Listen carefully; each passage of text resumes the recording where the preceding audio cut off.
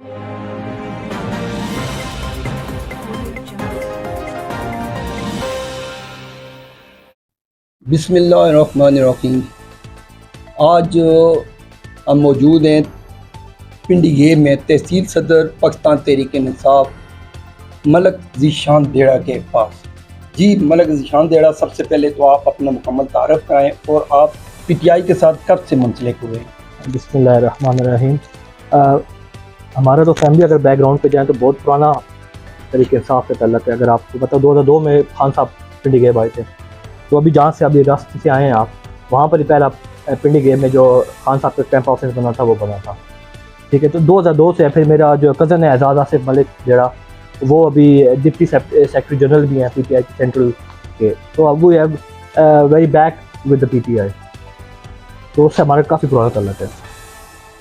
अच्छा मलक ज़ीशान, ये बताएं, जो अक्सर कहा जाता है कि पीटीआई पिंडी गेब में मुख्तलिफ दड़ों में है, उसके बारे में आप क्या कहेंगे? देखिए, आप भी साफ़ी हैं, आपको बेहतर तरीके से पता है कि अवाम किसके साथ है, और अवाम सिर्फ़ और सिर्फ पीटीआई में इमरान खान साहब को मानती है। बाकी जो ग्रुप्स हैं, मैं उसको निगलेक्ट तो नहीं करता, लेकिन सिर्फ़ और सिर्फ इमरान खान का नाम चलता है, और बाकी जिसको इमरान खान साहब सपोर्ट करेंगे एनएमए पीपी में, तो अवाम उसके साथ जाएगी। तो ग्रुप बंदी तो वैसे भी हर पार्टी में होती है कि हर बंदे को एक फ्री हैंड होता है कि वो अपना एक कैंडिडेट बने। फर्दर उस तरीके की कोई ग्रुप बंदी नहीं। आपने हालिया इलेक्शन में देखा पिंडी गेब शहर में तरक्याती काम न होने की वजह क्या है?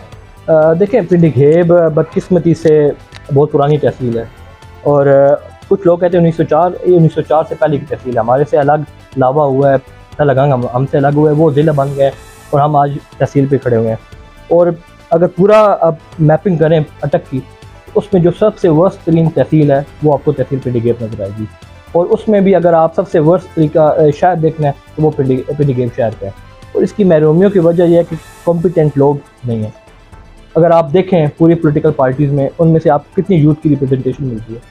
सबसे आपका यूथ वाला हल्का ये है NA50 का, सबसे ज़्यादा यहाँ पर रिलीजियस तबका भी है, आपका मॉडरेट तबका भी है, आपका एजुकेशनलिस्ट तबका भी, हर आपको सियासत के जो एंगल्स हैं वहाँ यहाँ पर मिलेंगे। लेकिन बदकिस्मती से हम नौजवानों को जो है वो पीछे साइड लाइन कर देते हैं, जिसकी वजह से इसकी महरूमियों की सबसे अहम वजह यह है। पिंडी गेब PHQ के हालात बड़े अबतर हैं कि यहाँ पे कोई डॉक्टर्स भी नहीं हमारे पास अवेलेबल है। बाकी भी गवर्नर साहब ने भी कुछ इफ्तिताह किए थे, तो अभी क्या हालात हैं? वो गवर्नर साहब के साथ साथ नून लीग का भी इफ्तिताह हुआ था, वो लड़ाई बड़ी हुई है। लेकिन देखिए, अभी वो गवर्नर साहब ने किया, बड़ा अच्छा काम है डायलिसिस सेंटर का वहाँ, लेकिन अभी आपके पास डायलिसिस टेक्नीशियन मौजूद नहीं है PHQ में। उसके क्या फ़ायदा आपकी मशीनरी का? फिर आपको 5000 जो किट होती है, आई थिंक अब डोंट नो कि उसकी किसी प्राइसिंग है, 5000 कहते हैं, वो भी आपको देनी पड़ती है। आपको ऐसा एक सेटअप बनाना चाहिए था कि जिससे ये आवाम पर बर्डन ना पड़ता। अभी भी तो 5000 किट पे आवाम पे बर्डन बनता है। अभी भी कुछ टाइम चल रहा है, टेक्नीशियन नहीं है यहाँ पर, नेफ्रोलॉजिस्ट नहीं है, आपका प्रॉपर कोई गायनेकोलॉजिस्ट नहीं है, और दीगर आपके यहाँ पर इशूज़ है। मेडिसिन का बहुत इशू है यहाँ पर, पैनाडोल को सबसे इंपॉर्टेंस दी जाती है, हालांकि के फर्स्ट एड यहाँ पर मिलती है। उसके अलावा अगर आपको सीरियस इशू हो जाए तो आपको पिंडी जाना पड़ता है। यहाँ पर फतेह जंग आप जाते हैं, रेफ़र करते हैं, हालांकि ये उससे काफ़ी पुराने यहाँ पर PHQ हो गए, और काफ़ी आप इंफ्रास्ट्रक्चर देखें काफ़ी अपग्रेडेड है, लेकिन बदकिस्मती से इसको सेहत पे इम्पोर्टेंस नहीं दी जाती। हालांकि तहरीक इंसाफ ने जो सेहत कार्ड का एक इनिशिएटिव था बड़ा अच्छा दिया था, उससे आप आवाम का जो लो लेवल जो आवाम है 10 लाख रुपए की, वो उनको रिलैक्सेशन थी। तो कितने यहाँ आपको पिंडी गेब भी होगा, आप सर्वे करें, मैक्सिमम लोगों ने वहाँ पर इस सेहत कार्ड से फ़ायदा उठाया। तो अभी उसके कॉन्सिक्वेंसेज हैं जो आप PHQ में भी देख रहे हैं, वहाँ पर मेडिसिन की भी कमी है, और प्रॉपर जो स्पेशलिस्ट किसी भी शोबे के होते हैं वो यहाँ पर कि सियासत से हट के मैं आपसे सवाल करूँगा, कुछ अरसा कब यहाँ पे एक बहुत बड़ा सानिया हुआ जी, तो गैस लीकेज धमाका हुआ जिसमें 6 नौजवान शहीद हो गए। बिल्कुल। अभी तक उसमें कोई इंक्वायरी नहीं करवाई गई, कोई FIR किसी के ऊपर नहीं की गई।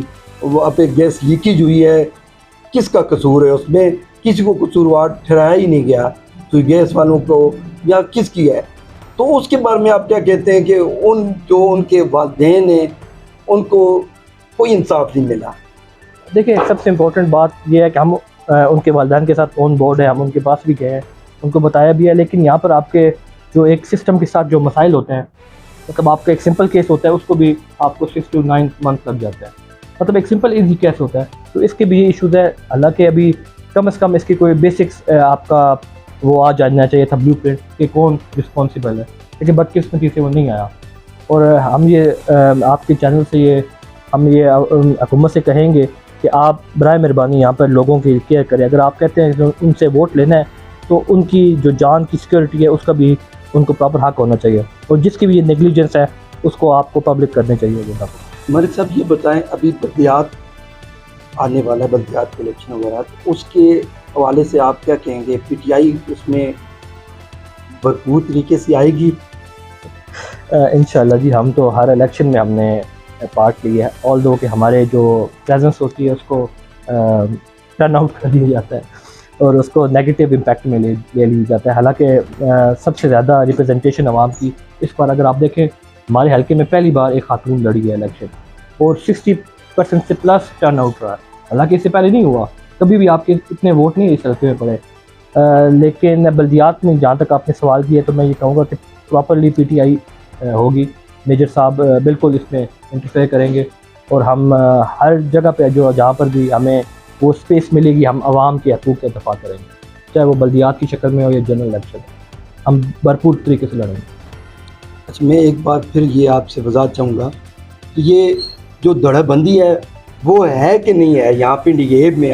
चले डिस्ट्रिक्ट अटक की बात को छोड़ें, पिंडीगेब की हद तक मुझे ये बताएं, पीटीआई में धड़ाबंदी है?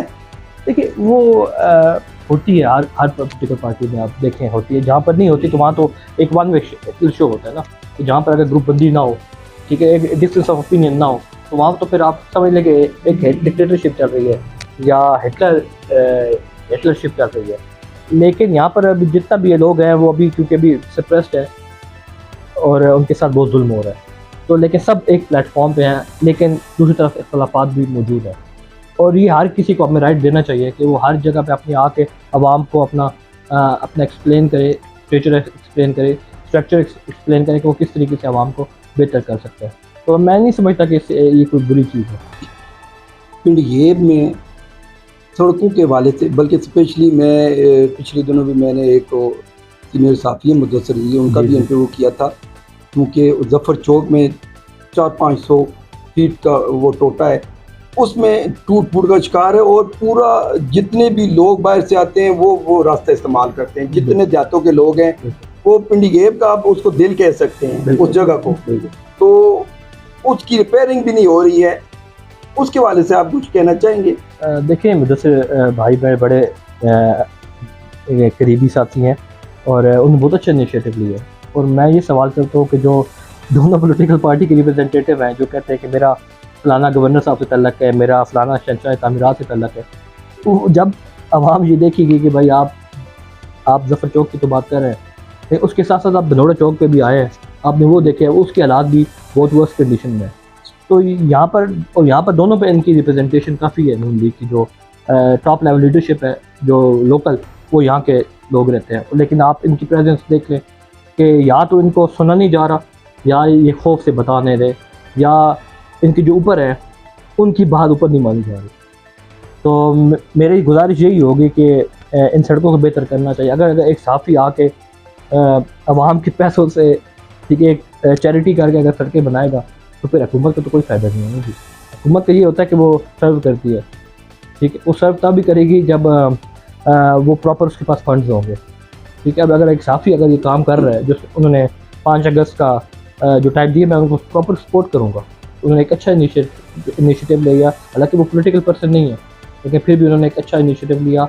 और जो साहिब इक़्तिदार 2 हुक्मरान जमातों के नुमाइंदगीन हैं, जो चेहरे हैं, उनको दिखाया है कि आवाम की खिदमत किस तरीके से होती है और आवाज़ कैसे उठाता है। अच्छा, लास्ट में मुझे ये बता दें कि इमरान खान साहब की रिहाई के बारे में आप एज ए तहसील सदर कोई कोशिश कर रहे हैं? देखिए, मैं अगर आपने मेरा देखा हो टाइमलाइन या अखबारात में, मैंने अपना प्रॉपर हमने एक्टिविटीज़ कर रहे हैं। और हमने जब 26 नवंबर भी था तो हमारे लोगों ने एक बहुत बड़ा पिंडी गेम में एक गैदरिंग हुई थी, तो उसके बाद जो कॉन्सिक्वेंसेज हुए बहुत बुरे हुए। लेकिन हम हर जगह पे साथ अवामी मसाइल को भी, अगर मेरी ज़ात की अब बात करें तो हम हर जगह पे अवामी मसाइल को भी पॉइंट आउट कर रहे हैं, और साथ साथ इमरान खान साहब की रिहाई के लिए और मिल के जो पीटीआई में जो डिफरेंसेस हैं उनको भी ओवरकम कर। तो हम सब ऑन बोर्ड है, इसके अवाम के साथ है। और इंशाल्लाह मैं बस ये कहता हूँ कि 5 अगस्त को भी वज़ीर आला KPK ने भी टाइम लाइन दी है, उसमें देखते हैं कि वो क्या ऑर्डर करते हैं, तो हम पूरा फॉलो करेंगे। Thank you ji. Thank you ji, बहुत शुक्रिया। न्यूज़ अपडेट के लिए देखते रहिए GNN।